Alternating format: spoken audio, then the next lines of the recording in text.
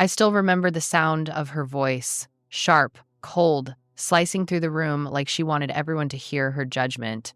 It was my mother-in-law standing right there in the middle of her own living room during Sunday brunch, staring straight at me as she said, "Well, if our son wants to waste his money on a gold digger, that's his choice."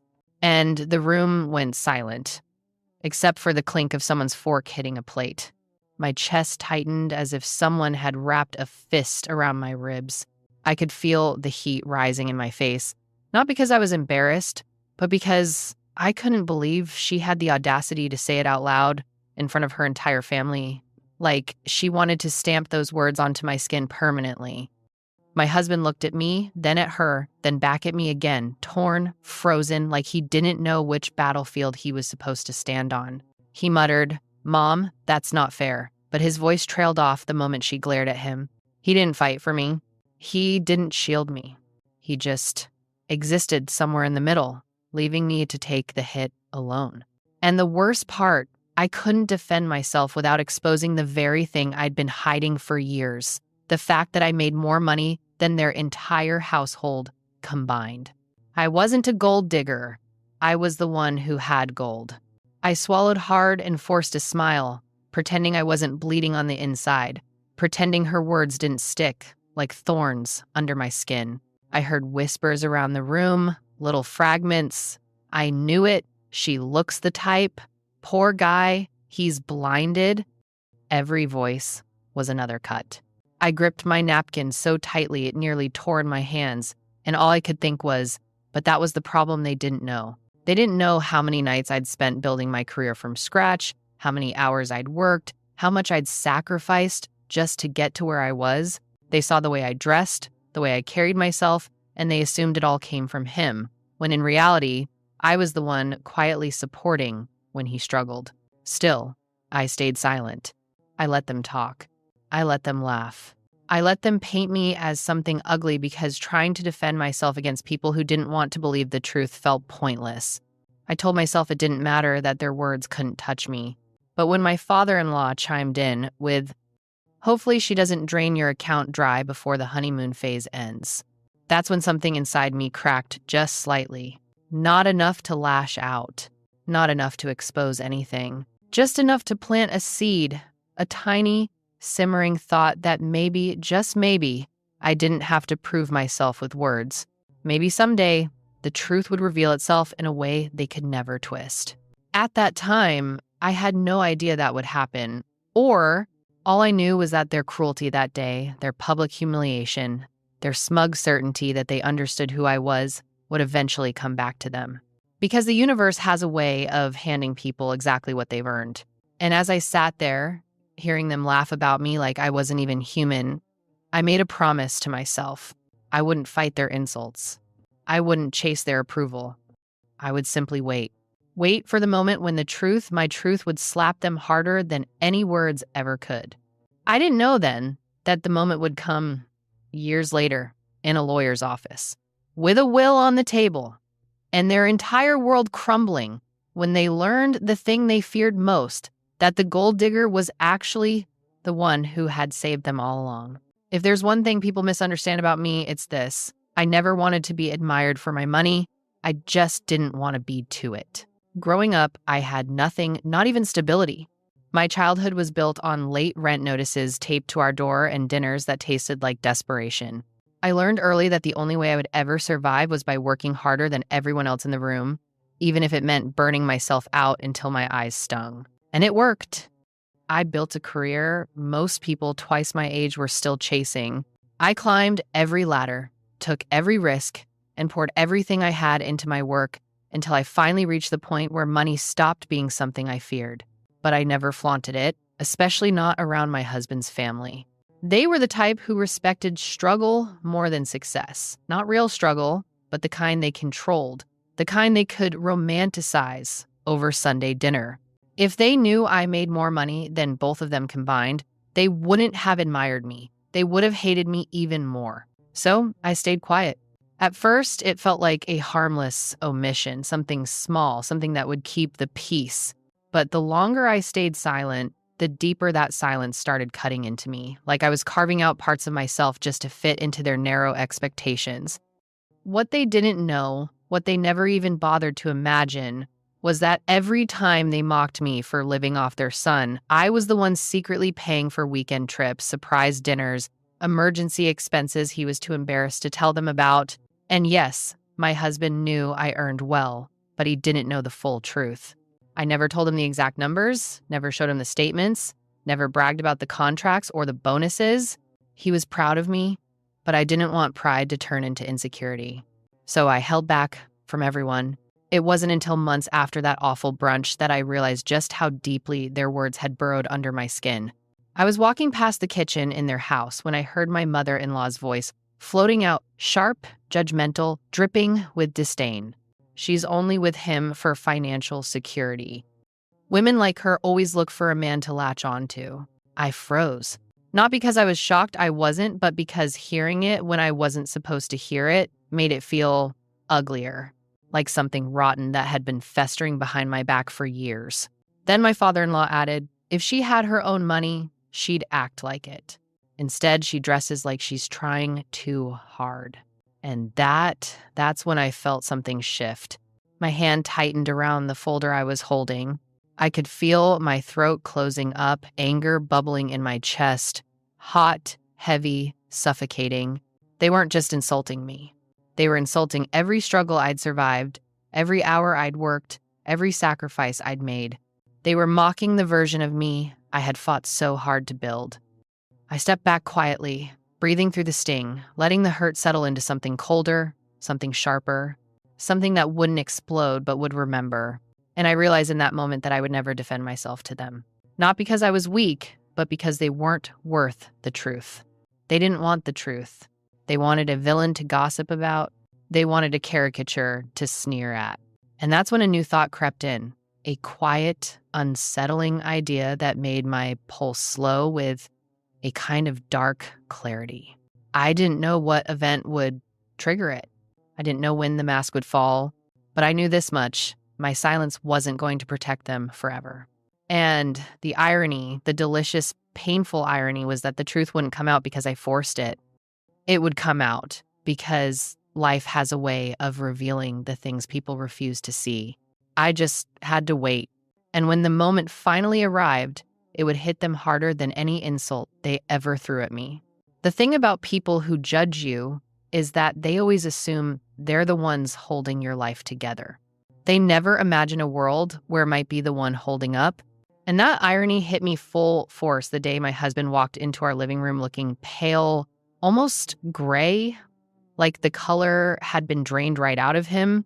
He sat on the edge of the couch, elbows on his knees, rubbing his face slowly like he was trying to erase whatever news he'd just heard.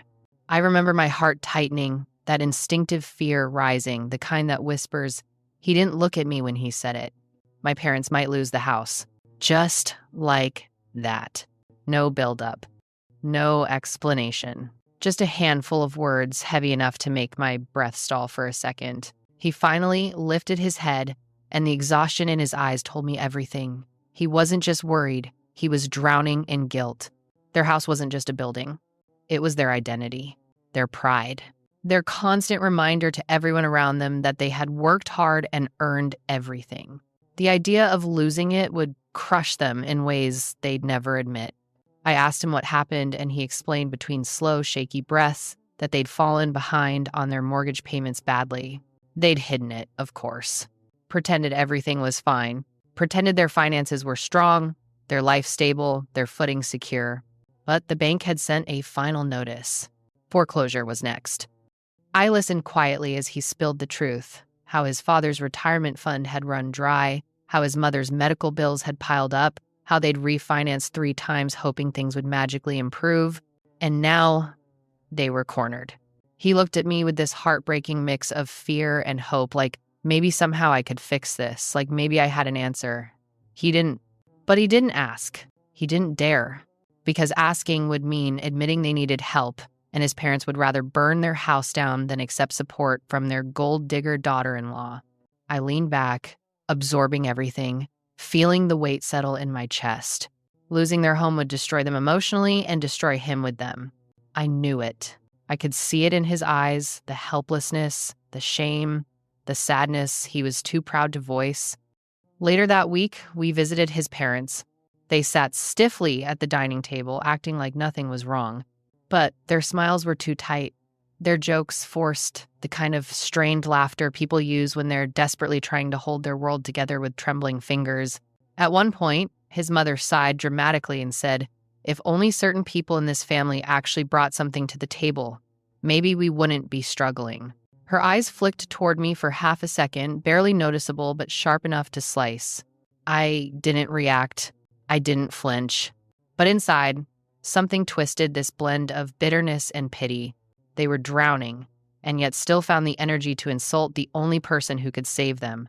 That night, after we left, I lay awake staring at the ceiling, thinking about them losing everything, thinking about my husband's face when he said the words, "they might lose the house," thinking about my own childhood and how instability leaves scars that last a lifetime.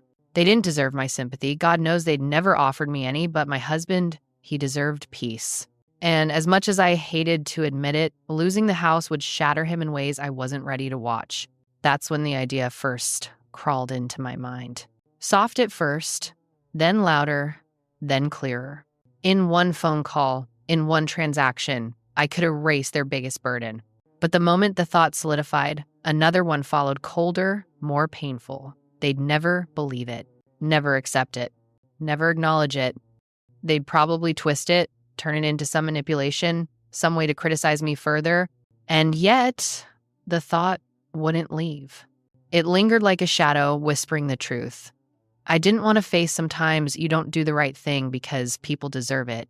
You do it because someone you love does. I closed my eyes, exhaling slowly, and made the decision that would one day explode in their faces like the biggest twist of their lives. They would never know. They would never suspect. And they would never, not in their wildest dreams, imagine that the woman they called a gold digger was the one who saved the roof over their heads.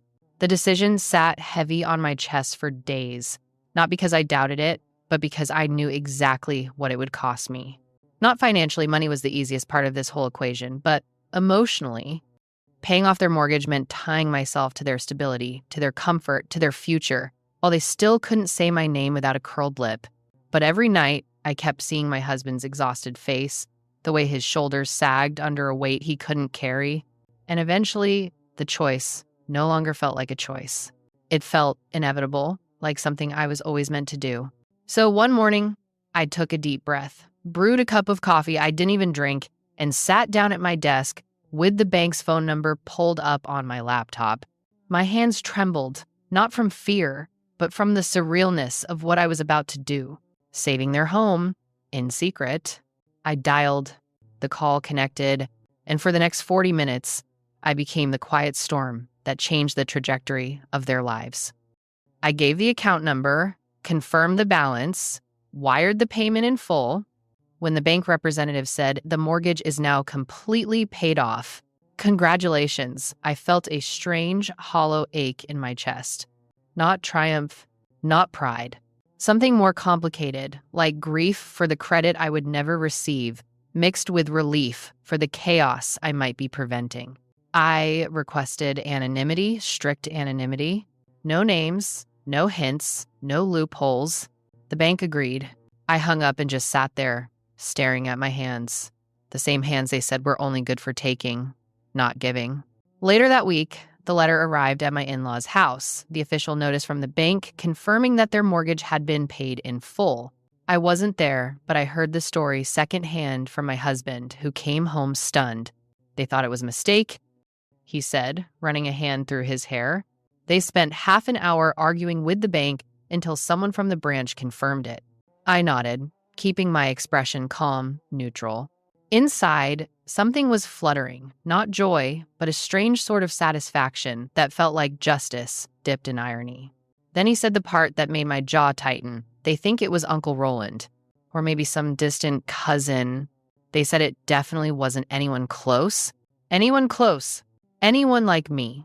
They were so certain, so confident that no one who actually knew them would ever care enough to save them. My husband chuckled without humor. Mom said, whoever did it must have been blessed with a good heart. Not many people like that left. I let the words hit me, sink in, bruise. A good heart. The same woman who called me a leech, a parasite, a gold digger, now benefiting from the deepest act of generosity I had ever given anyone.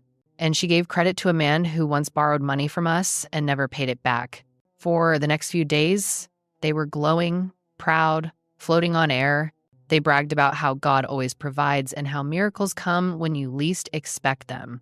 Not once did they express gratitude toward their son, or consider that maybe, just maybe, someone younger, someone quieter, someone they constantly belittled might have been capable of such kindness. And then came the part that burned.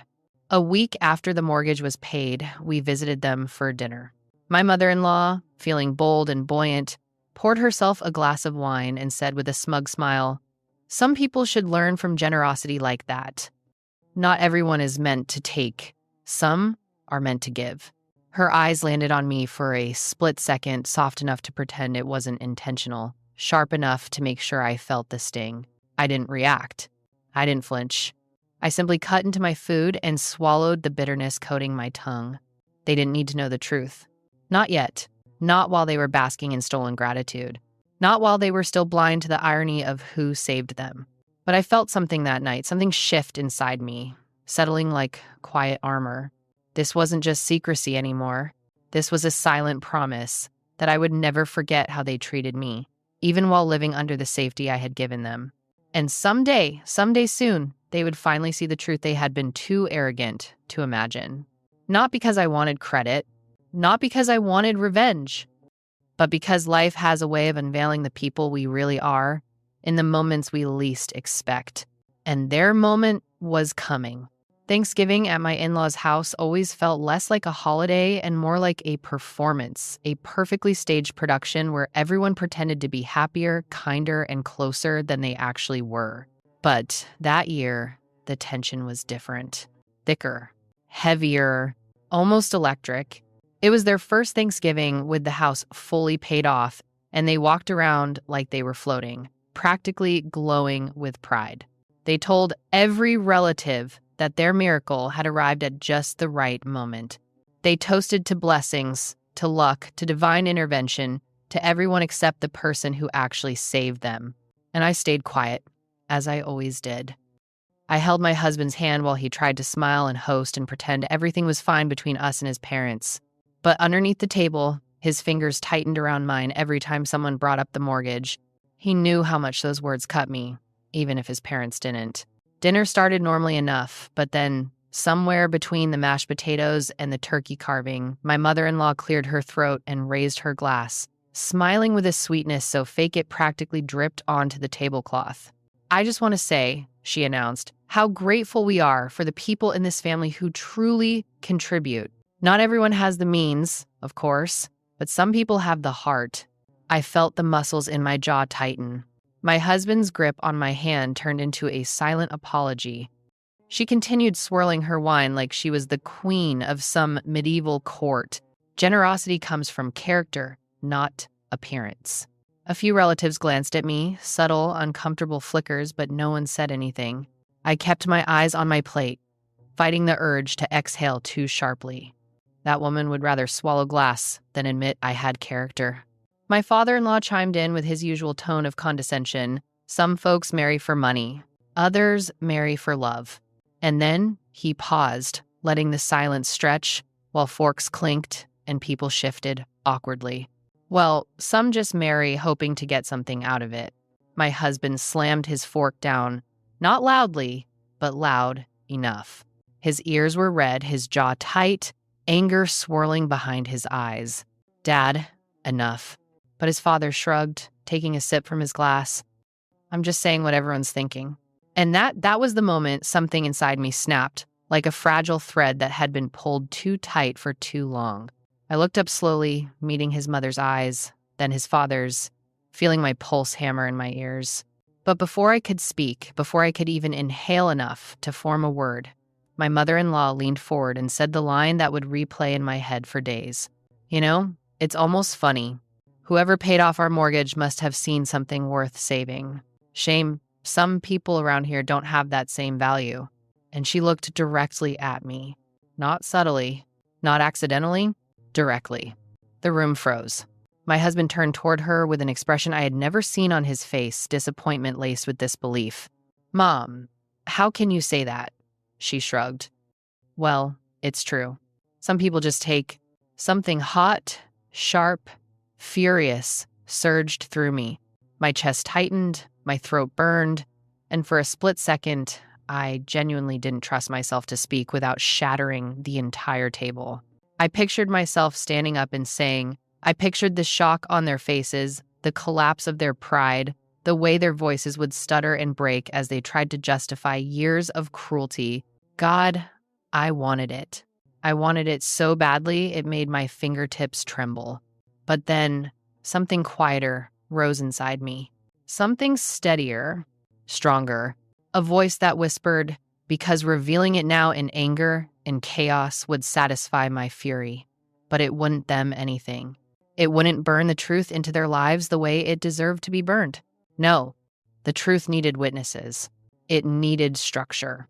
It needed weight. And it needed timing that would strike them when they least expected it.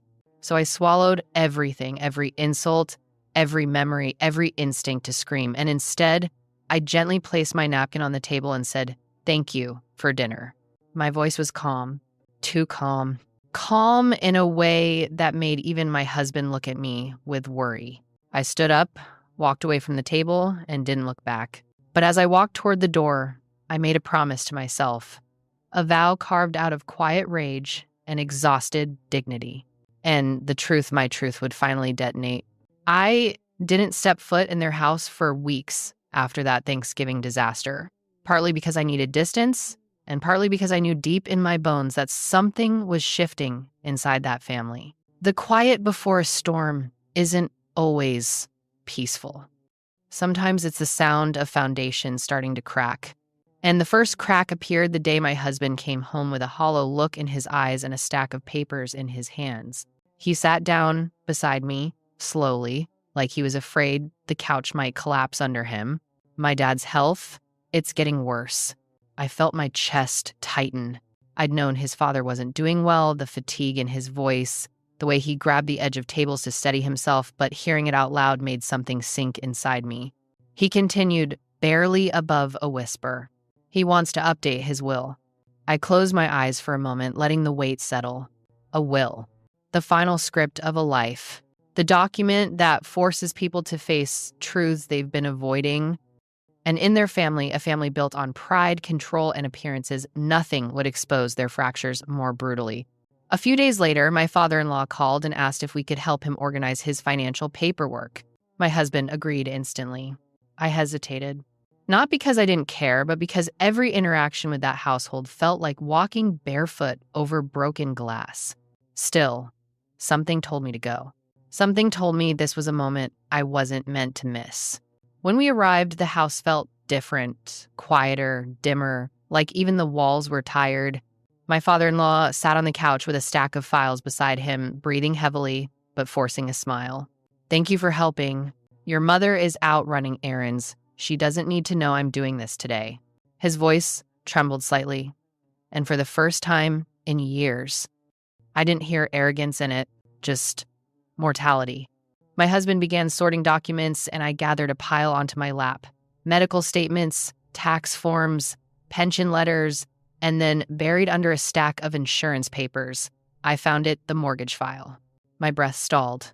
I slid the folder open slowly, heart tapping against my ribs.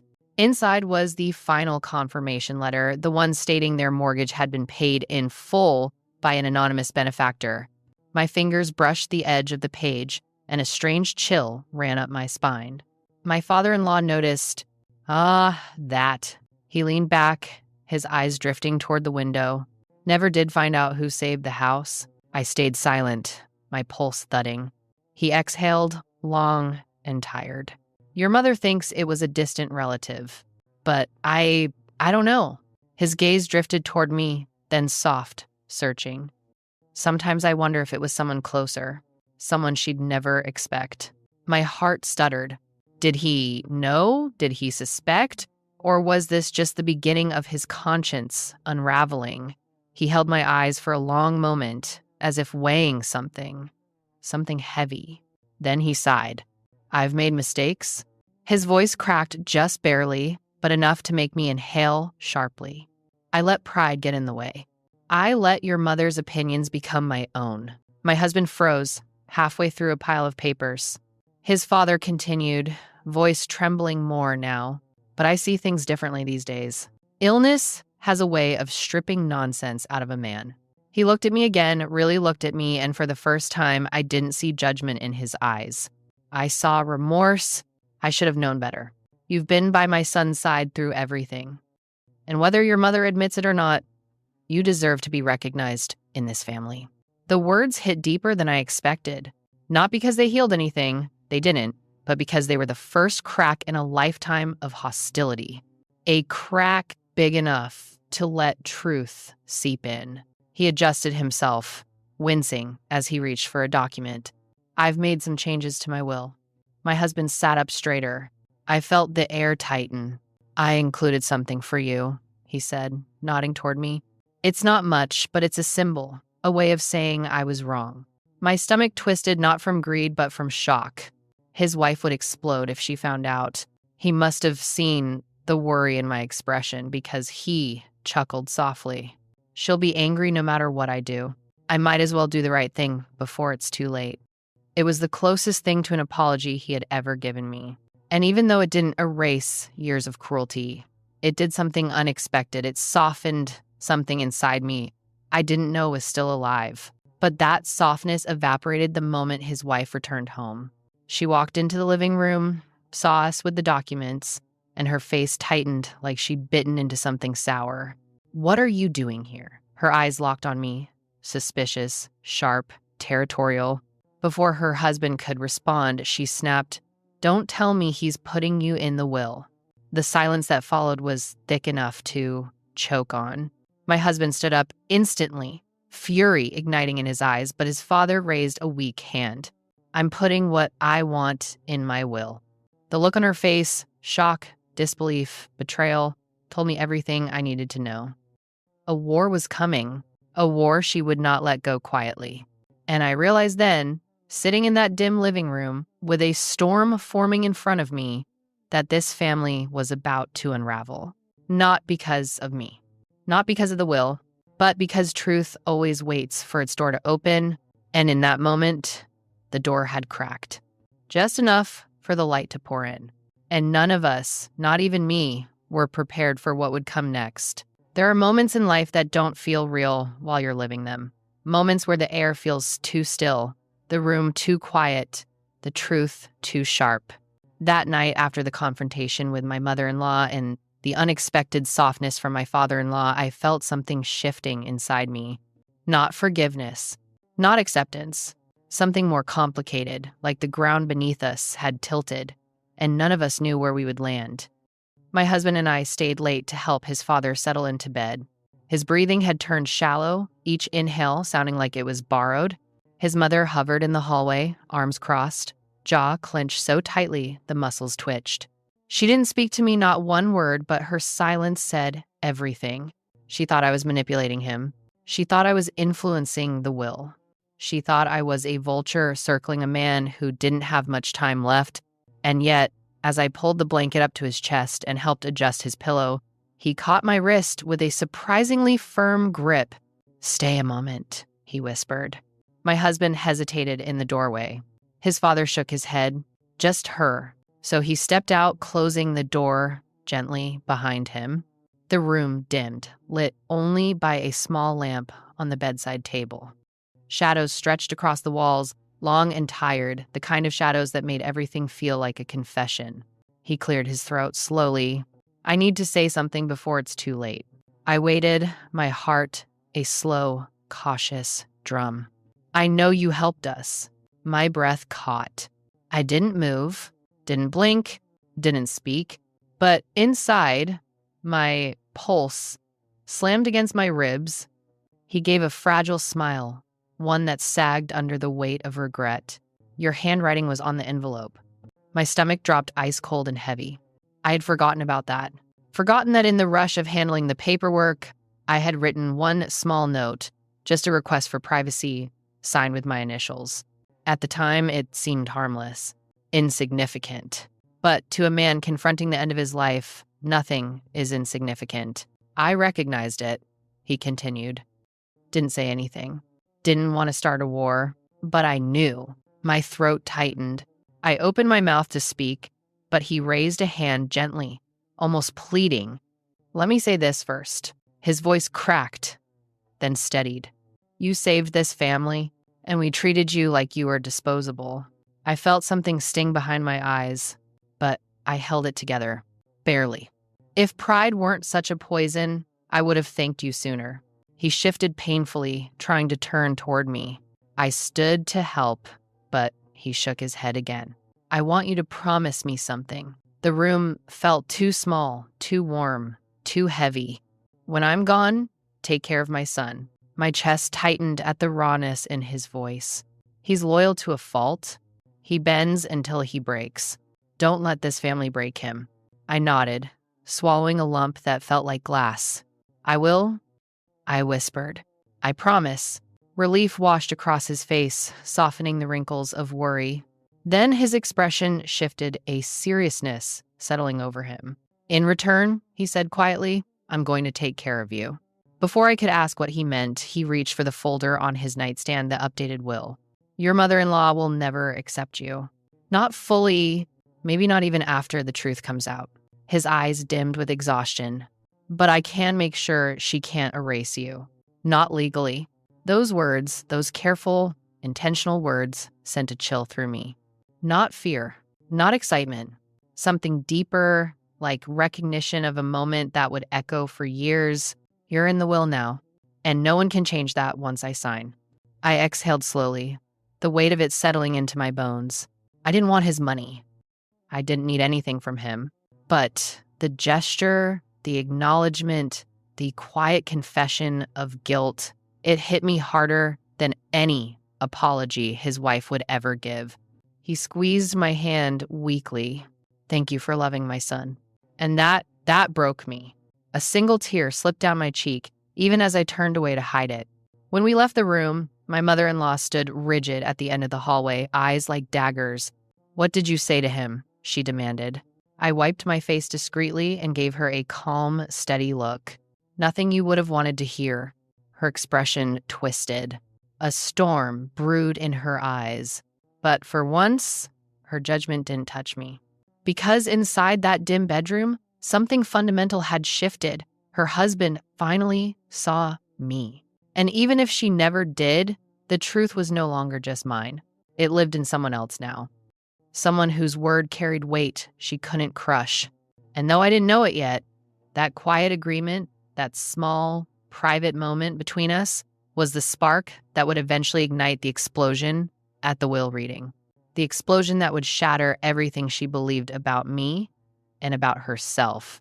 The call came just after dawn, the kind of hour where the world feels half asleep, where bad news hits even harder because your heart hasn't had time to build its defenses for the day. My husband's phone buzzed on the nightstand, slicing through the quiet.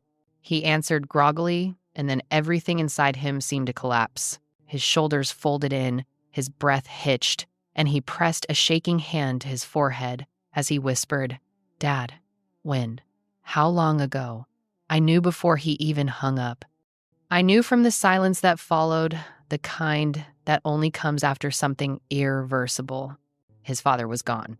The man who had, in his last days, finally looked at me with something resembling respect had slipped away before sunrise, leaving behind a storm none of us were ready to face. We drove to the house in near silence, my husband staring out the window like the world outside had stopped making sense. But the moment we stepped inside, the quiet shattered. His mother was in the living room, crying, but not the soft, grieving kind of crying. Hers was sharp, explosive, frantic. He shouldn't have gone. He shouldn't have left me, she wailed, gripping the arm of the couch like she expected it to hold her together. Her eyes were red, wild, but the second she saw me, Something darker flickered across her face. A bitterness so ingrained it managed to surface even through grief. She didn't speak to me. Not yet. But she didn't need to. The judgment radiating from her was loud enough. Relatives poured into the house throughout the day, cousins, uncles, neighbors, and everywhere I stood, I felt their eyes drifting toward me. Not maliciously, not kindly, just curious. Because while grief filled the air like heavy smoke, the tension between my mother-in-law and me was impossible to ignore. I didn't cry in public, I never have, but I did feel something twist in my chest when I saw his father's empty chair. The last time he sat there, he'd told me he knew the truth about the mortgage. The last time he sat there, he'd thanked me for loving his son. Now all that was left was silence, and a will none of them were prepared for. Over the next few days, I found myself doing what I always did, quietly stepping in where help was needed. I arranged flowers when no one else remembered. I handled the catering because his mother insisted she didn't have the mental space for trivial tasks. I even paid for several services discreetly because the funeral home invoices were already overwhelming them. And all the while, she made comments, little jabs, sharp enough to wound, but subtle enough to hide behind grief. Some people use death as an opportunity to make themselves look good.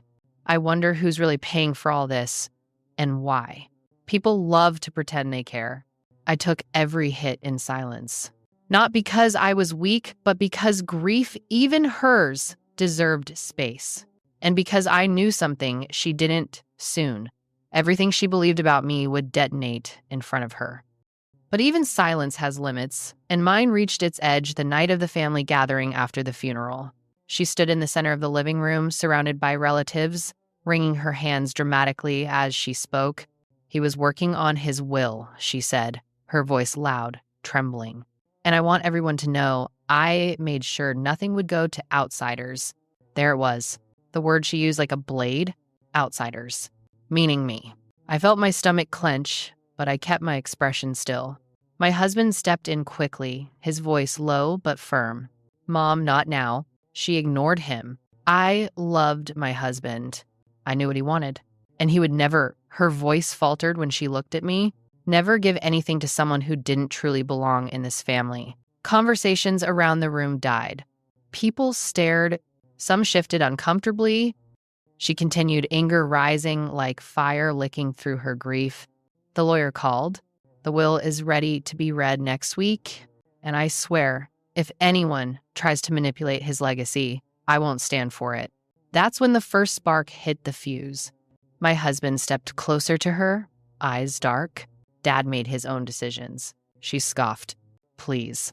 He was sick, weak, impressionable. Her gaze landed on me sharp, accusing. Easy to influence. The implications sliced through the air. For a moment, I felt pure, undiluted anger flare inside me, not the trembling kind, but the cold, steady kind that forms right before everything changes. I opened my mouth not to reveal the truth, not yet, but to defend my dignity. But before I could speak, my husband stepped forward, voice shaking with restrained fury. You have no idea what you're talking about. She blinked, taken aback. But the argument died just as quickly as it began, swallowed by exhaustion and sorrow. And through it all, one truth hung in the air like smoke from a fire no one could extinguish. The will reading was no longer just a formality. It was a battlefield waiting to happen. None of them knew what his father had done. None of them knew what I had done long before him. And none of them, especially her, were ready for how violently the truth would tear through the illusion they'd built around me. As we left that night, my husband squeezed my hand and whispered, I'm sorry for everything she says. Dad trusted you. Remember that.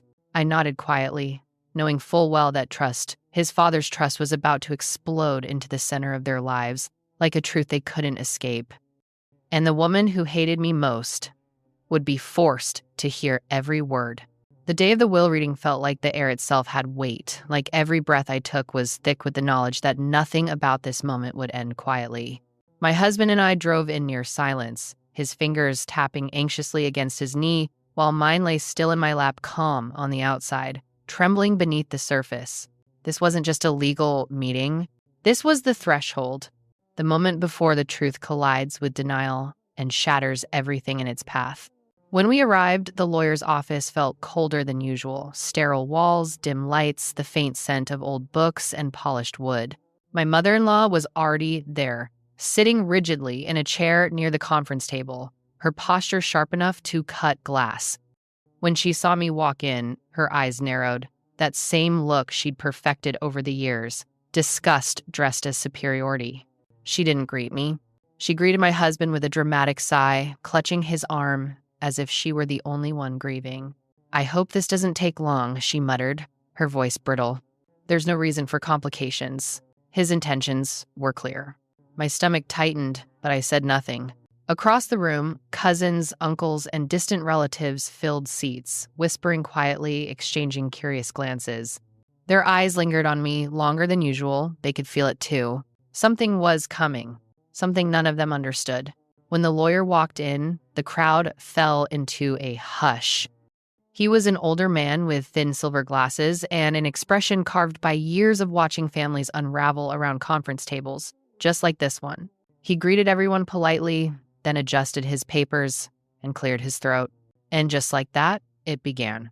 He started with formalities, identification, dates, procedural language, all while my mother-in-law shifted impatiently, tapping her heel against the carpet like each second was an insult to her grief.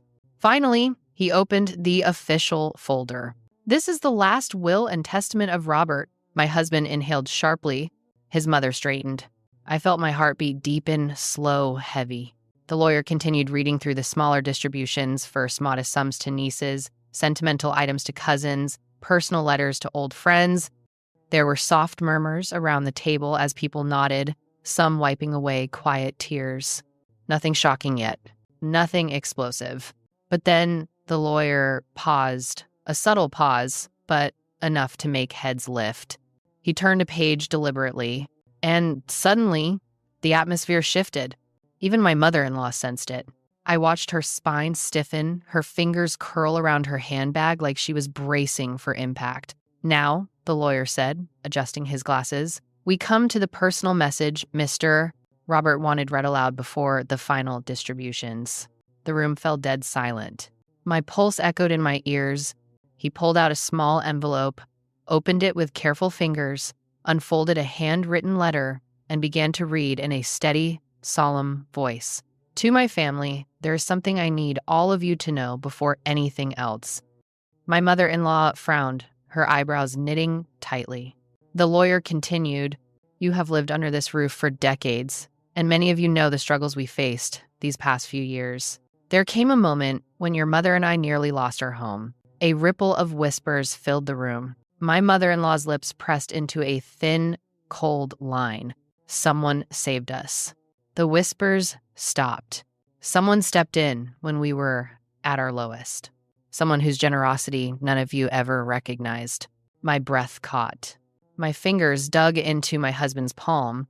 My mother-in-law's eyes darted around wildly, confusion breaking through her arrogance. "And that person," the lawyer continued, "was someone you misjudged." Now the room collectively inhaled. My mother-in-law blinked rapidly, shaking her head as if trying to predict where this was going. She wouldn't. It was beyond anything she ever imagined.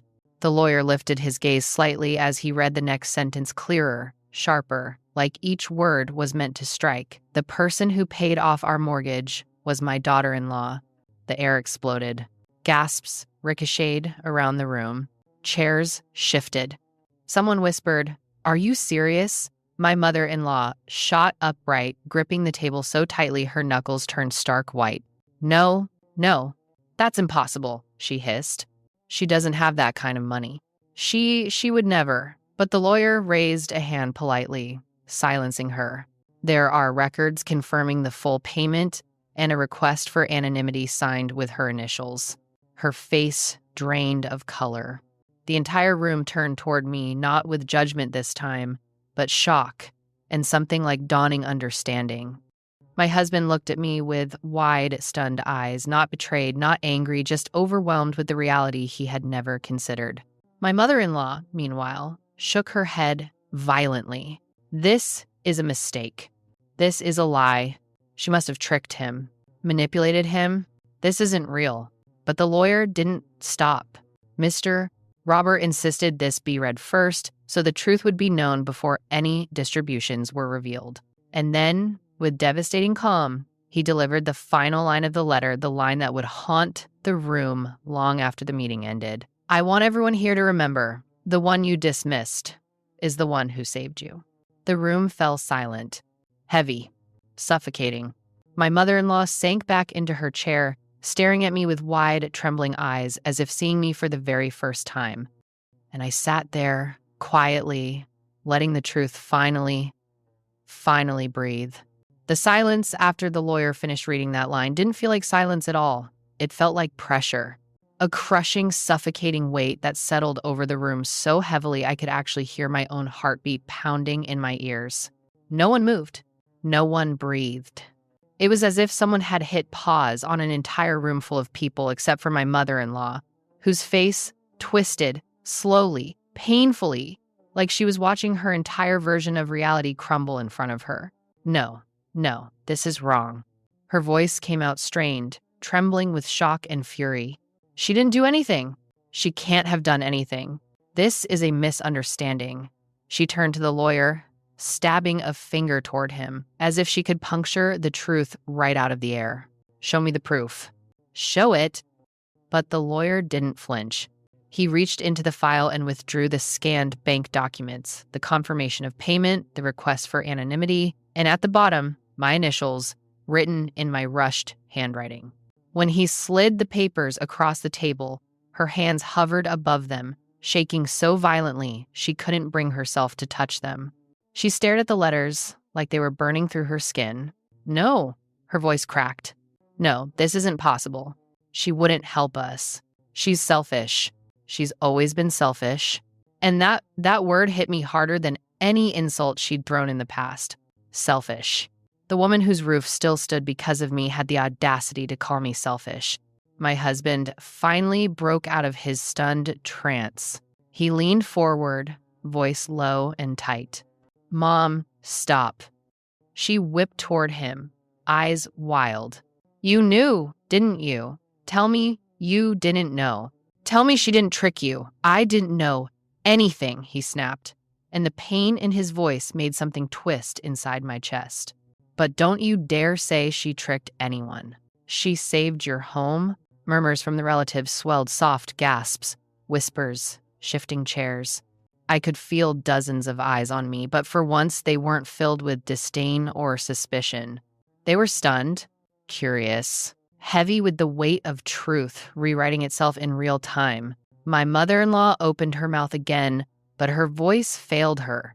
She looked at her husband's letter, at my initials, at me, and something inside her cracked. I saw at the exact moment her pride fractured under the truth. She pushed away from the table abruptly, the chair screeching across the floor as she stumbled to her feet. Why her scream tore through the room, jagged and raw. Why would you do that for us? After everything? Why? I lifted my eyes slowly, feeling the burn of every emotion I had held in for years. Anger, exhaustion, disappointment, but mostly a quiet, steady strength I hadn't fully acknowledged until now. I didn't speak. Not yet. Because the truth didn't need me to defend it. It already had a voice, her husband's. The lawyer cleared his throat and continued reading. I learned the truth not long ago, he said, reading from the letter. I recognized her handwriting, and I realized how wrong we had been. She owed us nothing, and yet she gave us everything. The room went still again. My mother-in-law's knees buckled, and she grabbed the back of a chair to keep herself upright. Tears filled her eyes, though whether they were from grief, humiliation, or both, I couldn't tell. Probably both. He knew, she whispered, voice cracking like old glass. He knew, and he didn't tell me. My husband touched her shoulder gently, but she yanked away. I was his wife, she cried. I had a right to know. He should have told me, not kept it for her. The lawyer, calm as ever, continued. He specifically asked that this information be revealed here with everyone present, so there would be no more lies or assumptions made about his daughter-in-law. Gasps. A few nods. Someone murmured, good for him. My mother-in-law shook her head violently. No, he was confused. He was sick. She manipulated him. That was it. My husband stood up so fast his chair nearly fell over. Stop it. His voice thundered through the room. Raw, furious, trembling. Stop blaming her for everything. Dad wasn't confused. He wasn't manipulated. He finally saw the truth, Mom. Something you refused to see. She stared at him, stunned, hurt, betrayed. You're taking her side over your own mother, he inhaled sharply, his voice breaking. I'm taking the side of what's right. And then he turned to me. His eyes softened, filled with something deep and aching. Why didn't you tell me? His voice wasn't angry. It wasn't accusing. It was wounded, a quiet kind of pain that made my breath catch. I swallowed hard and whispered, because it was never about credit. It was about protecting you. His eyes shined with emotion and he nodded slowly, swallowing whatever words were fighting to come out. But before either of us could speak again, the lawyer raised a hand. There is more, he said. And the room already cracked, already trembling, braced for impact. My mother-in-law sank back into her seat, gripping the armrest like the next words might knock her over. And honestly, she wasn't wrong. Because if the revelation about the mortgage was the first explosion, what came next would set the entire foundation of their family on fire. If the first bombshell cracked the room, the second one shattered it. The lawyer barely had time to turn the page before my mother-in-law lurched forward, gripping the edge of the table as if she could physically stop the truth from being spoken. Her voice came out high and frantic. There is nothing more. My husband would never, but the lawyer simply continued, calm as stone, as if her panic were nothing more than background noise. Mr. Robert requested that this portion of the will be read immediately after the revelation about the mortgage. Her breath hitched violently. Mine caught in my throat. The lawyer lifted another handwritten page, this one clearly written when her husband was weary, the handwriting shakier, softer. He began reading, I failed to see goodness where it always existed. I misjudged someone who deserved far better from me. My mother-in-law's face twisted anguish, colliding with denial as she shook her head repeatedly. No, no, no. But the lawyer continued, his voice steady.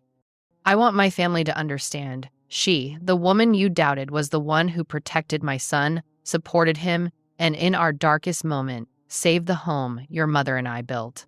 A gasp broke from the corner of the room.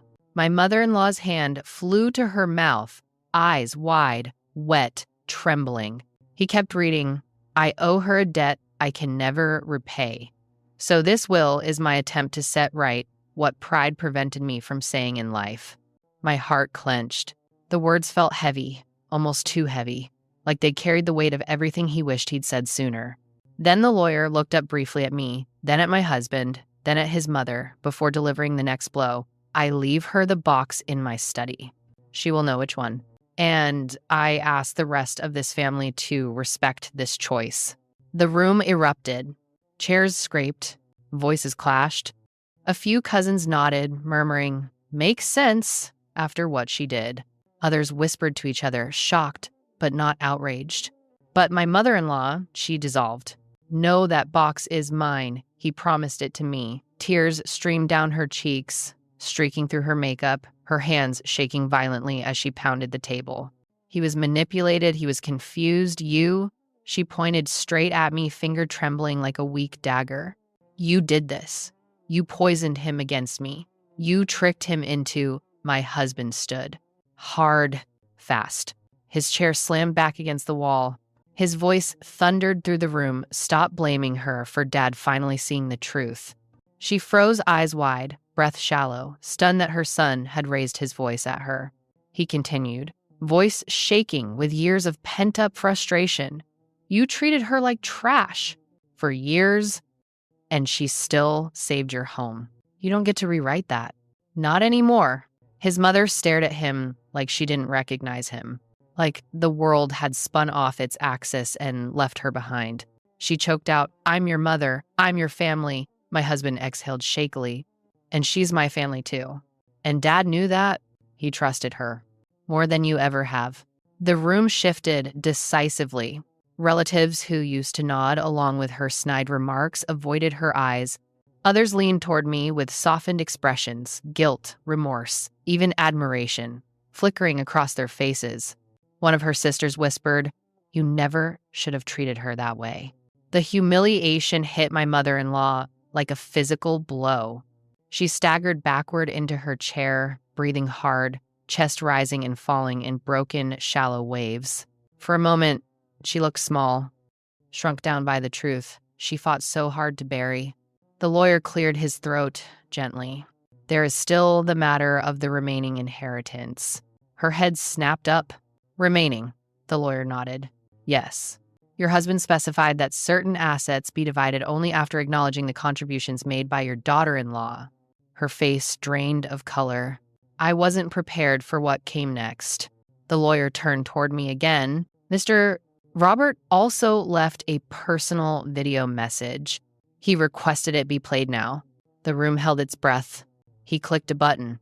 The screen on the wall lit up, and there he was, pale, tired, but clear-eyed, sincere. His voice crackled through the speakers. "If you're watching this, it means I wasn't able to say it in person." My mother-in-law crumbled. My husband grabbed my hand, squeezing it, grounding me. "But I want this family to know that she was the one who saved us. She protected the home I worked my whole life for. She protected my son. She showed more loyalty and love than I ever gave her credit for." My throat tightened painfully. He inhaled weakly in the video. "Treat her with the respect she deserved from the start." Silence. A heavy, trembling silence. My mother-in-law let out a strangled sob. Not delicate, not controlled, but raw, jagged, ugly. A sound of something breaking apart inside her. She whispered through tears, He thanked, not me." And for the first time since I'd met her, she looked at me not with hatred, not with superiority, but with something close to fear, something close to realization, something close to regret. In the room around us, the entire family shifted their gaze toward me with a new understanding.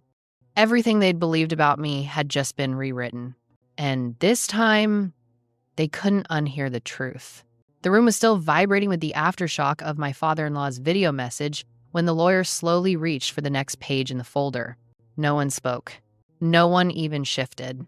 It felt like the air had frozen solid, trapping every breath, every heartbeat, every unspoken question in place. My mother-in-law sat slumped in her chair, mascara streaking down her cheeks, her hands limp in her lap as if all the fight had drained out of her. She looked smaller than I'd ever seen her. Defeated. But what none of us expected, what could never have imagined, was that the first revelation wasn't even the biggest one. The lawyer cleared his throat, adjusting his glasses. "We now move on to the personal assets. Mr. Robert designated individually." My mother-in-law straightened suddenly, a desperate, brittle flicker of hope flashing in her eyes. She wiped her face quickly, trying to compose herself, trying to reclaim control she no longer had. "Yes," she said, voice shaky but loud. "We can proceed. I'm sure my husband left instructions to manage the estate." The lawyer didn't look at her. "Actually, the next item is for your daughter-in-law." Gasps rippled through the room again. I felt my stomach drop. My palms went cold. My husband turned toward me, eyes wide with disbelief that mirrored my own. But my mother-in-law, she snapped. "What?" She shot to her feet so fast her chair toppled backward with a loud thud. Her voice rose, sharp and jagged. No, that's a mistake. That portion was meant for me." The lawyer remained composed, professional. "Mr. Robert was very clear about this designation." She shook her head violently. "He was sick. He didn't know what he was signing. He would never leave something to over me." My husband exhaled sharply, anger darkening his eyes. "Mom, sit down." "I will not sit down," she screamed. "This is absurd. She doesn't deserve anything." She froze when the lawyer lifted a small black velvet box onto the table, a box with a gold clasp.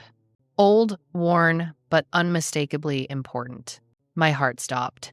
I knew that box. I'd seen it once, months earlier, tucked in the far corner of his study, covered in dust, hidden behind old files as if he'd been saving it for the right moment. My mother-in-law's voice dropped to a horrified whisper. That was his father's. The lawyer nodded. Yes. And he wrote here. He opened the page and began reading aloud. This box contains the only inheritance my father ever left me. It is the most valuable thing I own, not because of its worth, but because of what it symbolizes.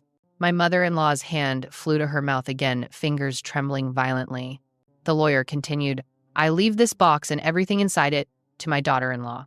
The room erupted again, louder this time. Shock, confusion, whispered arguments. Someone muttered, he must have really trusted her. Another whispered, he chose her for a reason. But my mother-in-law, she looked like the floor had collapsed beneath her. No, she breathed. That box is the family legacy. It's supposed to go to M.E., not to. Tears poured down her face in a way that wasn't just grief, it was humiliation, betrayal, fear, anger. The lawyer didn't pause. Mr. Robert also left a message regarding the box. He pressed play on a second recording, shorter, weaker, clearly filmed in the last days of his life. My father-in-law appeared on the screen again, pale, frail, but with an unmistakable clarity in his eyes. If you're hearing this, he began, then you know I made a choice. Your mother won't understand. My mother-in-law gasped, clutching her chest. He continued, this box belonged to my father. He gave it to me when I was young, telling me it should go to the person who shows the most strength when the family needs it. His tired eyes softened, and that person was her. The camera tilted slightly as he coughed. Then he took a shuddering breath. She protected our home. She protected our son. She carried burdens no one else even saw. My throat tightened painfully. My husband squeezed my hand. Give her this box, he said softly. Honor her the way I failed to. The recording ended abruptly, one last breath fading into static. The room was silent except for the sound of my mother-in-law sobbing into her hands, loud, fractured, guttural. She managed to choke out, He gave you the legacy. He trusted you more than me. It wasn't anger anymore. It was a raw wound. A woman finally facing the consequences of years spent building walls instead of bridges. A woman realizing that her husband saw the truth she refused to see. I didn't gloat. I didn't smirk. I didn't celebrate. I just sat there, heart pounding, overwhelmed by the weight of everything happening in that room. And then, quietly trembling, I whispered the only thing I could say. I never wanted anything from him. My mother-in-law looked up at me through tear-streaked eyes, voice cracking as she whispered, but you got everything. And for the first time since I met her, I didn't see hatred. I saw loss. I saw regret. I saw a woman struggling to accept the truth that her husband's final message to her wasn't anger, but correction. And it wasn't for her destruction, but for her awakening. The room stayed silent for long, heavy moments. No one dared speak. No one dared breathe too loudly. Because everyone could feel it. The balance of this family had just shifted forever. In the hours after the will reading, everything felt strangely muted, like the world had been wrapped in thick cotton, the kind that absorbs all the sharp edges, every sound, every movement, every breath, until nothing feels quite real. People didn't rush out of the room. They drifted, slowly, cautiously, as if afraid that a single loud step might trigger another revelation they weren't emotionally prepared for. I stayed seated for a long moment, my hands resting lightly in my lap, while my mother-in-law remained crumpled in her chair, head bowed, shoulders shaking silently. If I hadn't known her history, if I hadn't lived through her cruelty, I might have felt sorry for her. But pity wasn't the emotion that rose inside me. It was something gentler, stranger, like watching a tower fall that had been leaning for years. A fall that was inevitable, long overdue. As the relatives filtered out, several of them stopped beside me, awkward, hesitant, almost ashamed. One of my husband's aunts placed a hand on my shoulder, her voice soft. We misjudged you. I'm so sorry, dear. Another uncle nodded, chewing his lip. Wish I'd known sooner. That was Something incredible you did. A cousin leaned in, whispering, I'm embarrassed. We all believed what she said about you. Their words didn't erase anything, but they did something small. Something unexpected. They softened. A part of me I'd forgotten was there, the part that still wanted to belong somewhere. My husband stood beside me, silent but protective, gently keeping each conversation from dragging on too long. I could tell he was overwhelmed. I could tell his world had tilted, and he was still trying to find his footing. Finally, when the last relative left, he sank into the chair next to mine, running both hands through his hair. I don't even know what to say. I turned toward him slowly. You don't have to say anything. He looked at me, really looked, with eyes full of pain and gratitude and disbelief, all tangled together. I'm sorry, he whispered. I should have defended you years ago. I should have seen how much they were hurting you. His voice cracked at the end. My heart clenched. You were trying to keep the peace, I said gently. You just didn't realize the peace came at my expense. He winced, as if the truth stung him physically. It won't happen again. I nodded, believing him more in that moment than I ever had. When we finally stood to leave, my mother-in-law still hadn't moved. Her eyes were red and swollen, staring blankly at the table, completely hollowed out. My husband approached her cautiously. Mom, do you need help getting home? She shook her head, barely audible. I need a moment. Her voice sounded like it belonged to someone else, softer, smaller, stripped of all the venom she'd used to hide her insecurity. She didn't look at me as we passed. She didn't speak, and I didn't push for anything. Not comfort, not confrontation, not closure. Because she wasn't ready, and honestly, neither was I. Over the next few days, the silence between us stretched long and tense, held together by fragile threads. She didn't call. She didn't text. She didn't send messages through relatives like she usually did. The woman who once launched insults like daggers had gone completely quiet. My husband reached out twice, short check-ins, gentle attempts to make sure she was okay, but she replied with curt sentences that said nothing. And in that stillness, without her constant commentary, I felt something unfamiliar. Space. Space to breathe. Space to process. Space to finally acknowledge the emotional bruises I'd carried for years. Meanwhile, the relatives who had once whispered behind my back now whispered something different. They sent messages, soft apologies, cautious attempts at rebuilding. One wrote, and though their apologies were small compared to the damage done, they mattered. They shifted something in the atmosphere. They rewrote something that had been etched incorrectly for years. But the biggest shift came from my husband. In the week after the reading, he held me differently, watched me differently, appreciated me differently, like he was finally seeing the emotional weight I had carried silently while protecting him, protecting his family, protecting a stability they never appreciated. One night, as we lay in bed, he whispered into the darkness, I don't know how you endured all of that alone. I stared at the ceiling. I wasn't alone, I said softly. I had you, even if you didn't always know what was happening. He took a shaky breath, guilt creeping into the edges. I want to fix this. Us. Everything. I placed my hand on his chest, feeling the steady beat beneath my palm. We will, I said. But we won't fix it by pretending nothing happened. And I knew deep in my bones that nothing would be resolved until I spoke to the one person who had caused the deepest wounds. The woman who misunderstood me, dismissed me, disrespected me, and now had to face a truth she'd run from for years. A truth her husband had delivered with his final breath. And right when I began to think about what that confrontation would look like, a letter arrived. Handwritten, delicate. My name on the envelope. My heart skipped, because the handwriting was his. My father-in-law's final words to me. Words he hadn't been able to say while he was alive. Words that would change everything. Again. The envelope felt too light in my hands, too delicate to hold something heavy enough to stop my breath. I sat on the edge of the bed, my fingers brushing over the slightly uneven strokes of my father-in-law's handwriting, writing I'd only ever seen on holiday cards or quick notes on the refrigerator. Never something like this. My husband hovered in the doorway, unsure whether to stay or give me space. Do you want me here? I hesitated. then shook my head softly. I think this is meant for me. He nodded, kissed the top of my head, and closed the door behind him.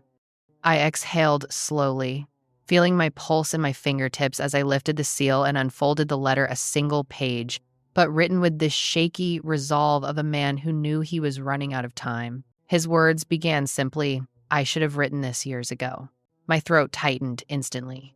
He continued, "If you're reading this, it means I didn't get the chance to say what needed to be said while I was still here. Cowardice kept me silent before. Illness forced me to speak now." My chest tightened. I pressed the letter to my lap for a moment, steadying my breath before continuing. "I judged you unfairly from the start.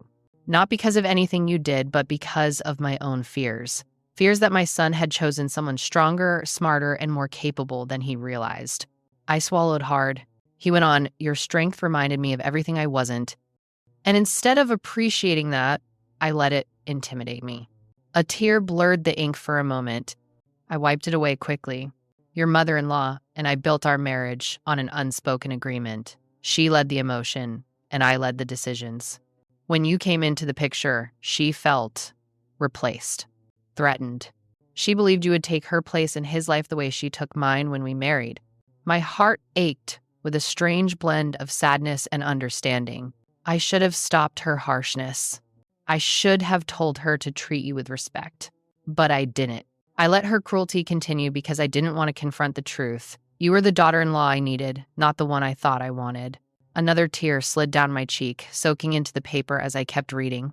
When we received the letter from the bank, I suspected the truth immediately. I recognized the handwriting. I confronted the bank anyway, hoping to prove myself wrong. But I couldn't.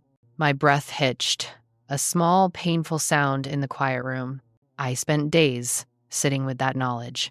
Days realizing how deeply I had failed you. And still, you said nothing. You never asked for recognition, never sought credit, never tried to use your kindness to make us feel small. You showed more dignity in your silence than we did in our judgment. I pressed the heel of my palm to my eyes, but the tears kept leaking through, slipping down my cheeks before I could stop them. I'd held everything in for so long, years of biting my tongue, years of trying to be polite while swallowing words that would have defended me. Now, reading his confession, the dam inside me started to crack. "The box I left you belonged to my father. He told me it should only pass to someone with a resilient spirit, someone who protects family, even when family fails to protect them in return." I felt my heart thud painfully. I never lived up to that standard. But you surpassed it. My vision blurred completely then. I wiped my face again, breath trembling as I reached the final lines. "I hope this gift doesn't cause you more pain than comfort. It is simply my way of acknowledging the truth. I was too proud to say aloud.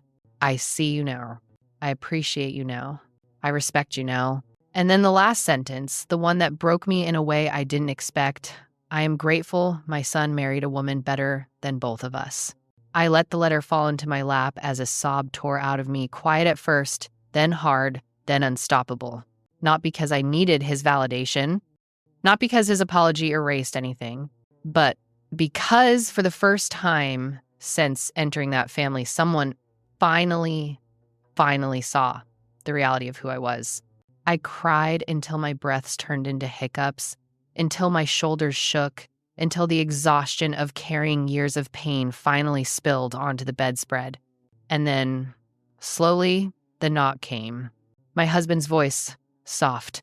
"Can I come in?" I wiped my face, opened the door, and he stepped inside, eyes instantly softening when he saw the letter in my hands. What did he say? I didn't speak. I simply handed him the page, watching as he read it, watching the way his expression softened, then tightened, then broke. He looked up at me with tears in his own eyes. "He saw you," he whispered. "He really saw you." I nodded, unable to speak. He pulled me into his arms, holding me as if trying to make up for every moment he didn't.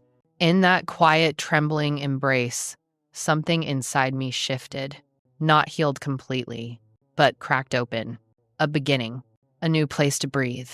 And in that moment, I knew exactly what I needed to do next. The letter had given me closure, but not peace.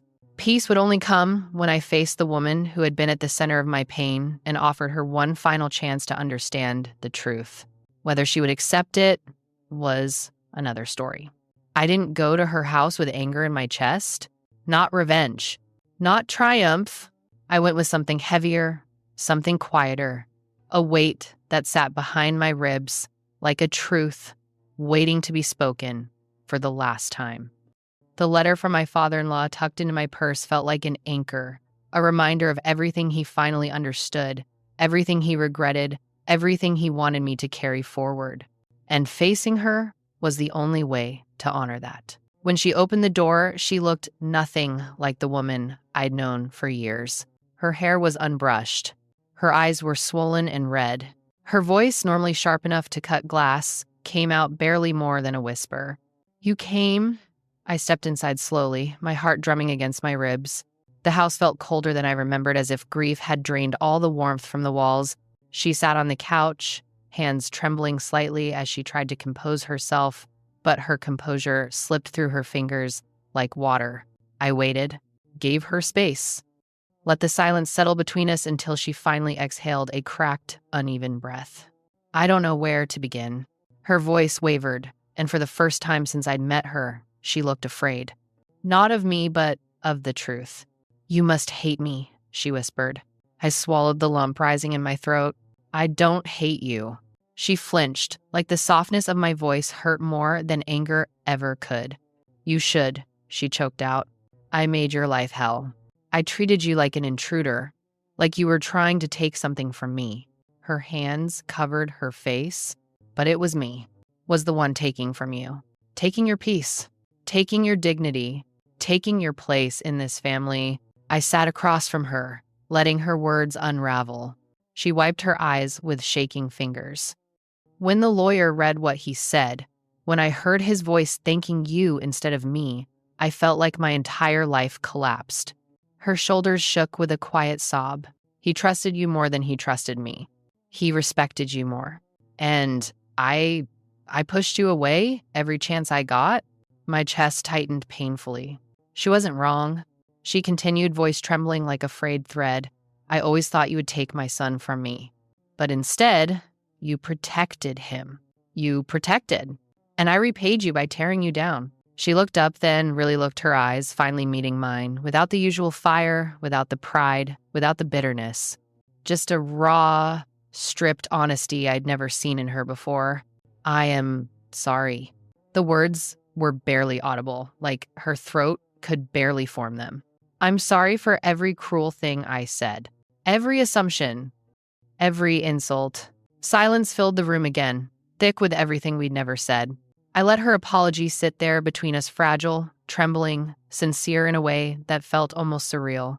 I inhaled slowly, exhaled even slower. "Your words hurt me," I said quietly, not accusing, just stating truth. For years, I felt like nothing I did would ever be enough. Like I didn't belong. Like I was always one mistake away from being cast out. Her chin quivered. "You did belong," she whispered. "You always did. I just couldn't accept it." I nodded softly. "I didn't pay off the mortgage for recognition. I didn't do it to change your opinion of me." She closed her eyes, letting more tears fall. "I know. I did it because your son was breaking." I continued. "And because your home meant something to him." She looked away, ashamed. I leaned forward then, not close enough to comfort her, but close enough to be heard with absolute clarity. "I can forgive you." Her breath caught sharply. Her head snapped up. "You can!" "Yes," I said gently. "But forgiveness doesn't erase what happened. And it doesn't mean things can go back to the way they were." Her eyes filled again, not with anger this time, but acceptance.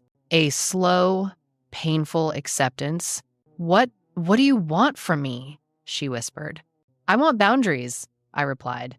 "Respect, space, and the understanding that you don't get to speak to me the way you used to. Not anymore.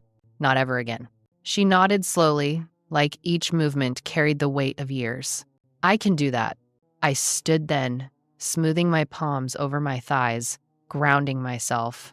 "We can rebuild," I said softly. but only from honesty, and only if you truly mean the things you said today." She let out a fractured breath. "I do. I swear I do." I believed her, not because her tears convinced me, not because her words fixed anything, but because loss had cracked her open in a way pride could not withstand. And from that crack, truth finally emerged. As I reached the doorway, she called out a broken, trembling voice, "Thank you for saving our home." I paused, letting the moment settle into my bones. Then I nodded once and left. When I stepped outside, the air felt different, lighter, cleaner, like the storm that had loomed over us for years had finally broken open, finally released its weight. My husband was waiting in the car, worry etched into his face. He stood the moment he saw me. How did it go? I exhaled a long, deep breath that seemed to echo from somewhere inside my soul.